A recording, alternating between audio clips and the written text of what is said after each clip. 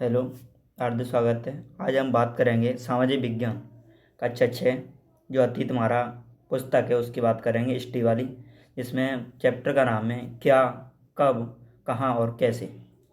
इस चैप्टर के प्रश्नों का हम सॉल्यूशन करेंगे। तो हमारा प्रथम प्रश्न है, ये कह रहा है कि तुम्हें एक पुरातत्व साक्षात्कार लेना है।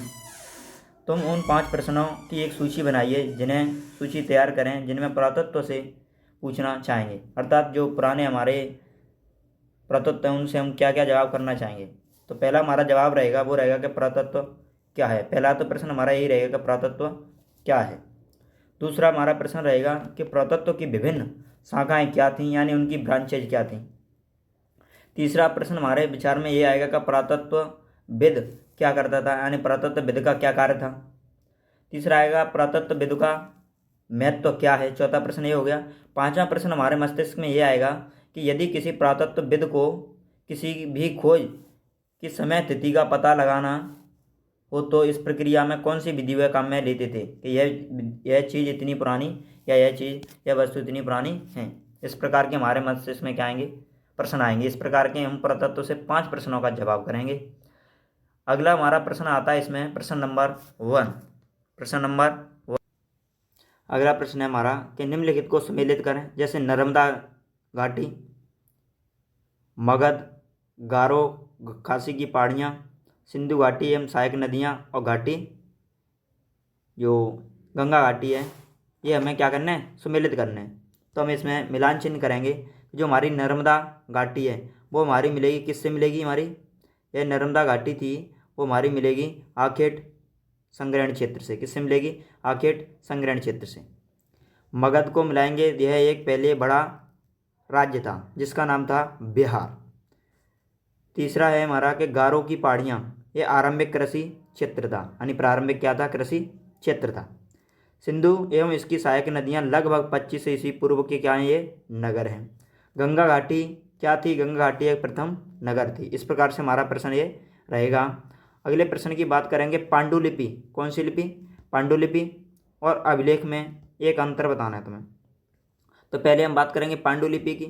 तो पांडुलिपि अतीत में हाथ से लिखी गई पुस्तकों को पांडुलिपि कहते थे। पांडु का मतलब होता है हाथ, लिपि का मतलब लिखना।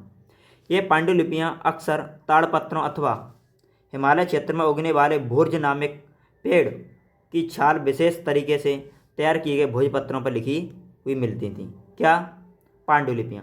बात करेंगे अब अभिलेख क्या होता है। तो अभिलेख होता है कि अभिलेख पत्थर अथवा धातु जैसी अपेक्षाकृत कठोर सतहों पर लिखे गए लेख होते हैं।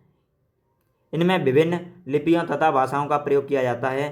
ये किसी नुकीली धातु से उकेर कर बनाए जाते हैं। क्या, अभिलेख। बात करेंगे अगले प्रश्न की। तीसरा प्रश्न है, रसीदा के प्रश्न फिर से पढ़ो, क्या उत्तर हो सकते हैं। तो इसके उत्तर क्या क्या हो सकते हैं। तो रसीदा का प्रश्न था कि कोई कैसे जान सकता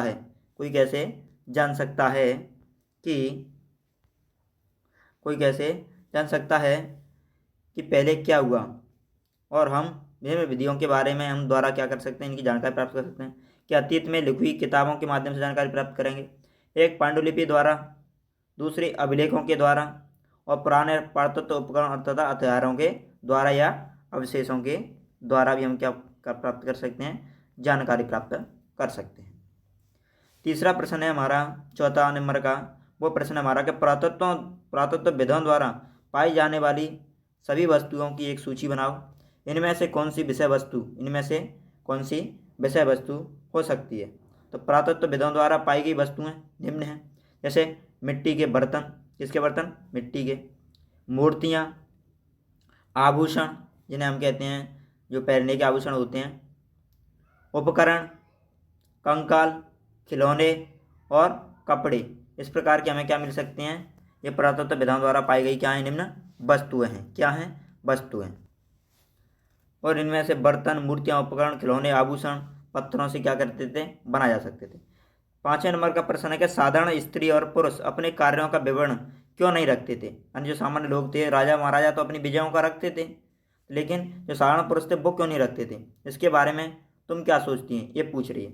तो साधारण पुरुष और महिलाएं निम्नलिखित कारणों से अपने कार्यों का क्या नहीं रखते थे, विवरण नहीं रखते थे।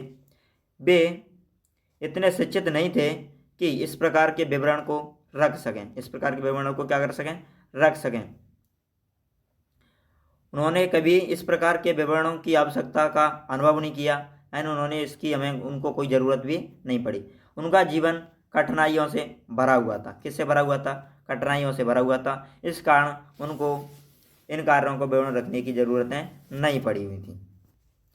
उनके पास अपने जीवन को दर्ज करने का पर्याप्त समय भी नहीं था, क्योंकि सारे समय वे कार्य में लगे हुए रहते थे। छठवां प्रश्न है, कम से कम दो ऐसी बातों और राजा और किसानों के जीवन से भिन्नता का पता चलता है, ऐसी बातें हमें बतानी है। तो बात करें किसान, तो किसान खेतों में मेहनत करते थे। कहाँ पर मेहनत करते थे? खेतों में मेहनत करते थे। किसान तो खेतों में मेहनत करते थे। और राजा महाराजा थे, वो अपनी ये लड़ाई में अपनी सेना का नेतृत्व क्या करते थे। फसल का उत्पादन क्या करते थे? कौन? किसान। लेकिन समाज से संबंधित सारे फसलें लिया करते थे। कौन? राजा। एक सामान्य जीवन व्यतीत करते थे। कौन? किसान लोग। और ये ऐशो आराम की जिंदगी को व्यतीत करते थे। कौन? राजा महाराजा। बात करेंगे नेक्स्ट प्रश्न की।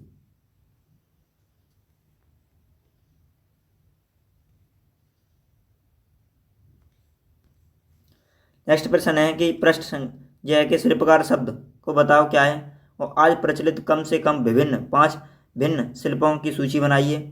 तो शिल्पकार एक स्त्री है, पुरुष है, स्त्री पुरुष दोनों होते हैं।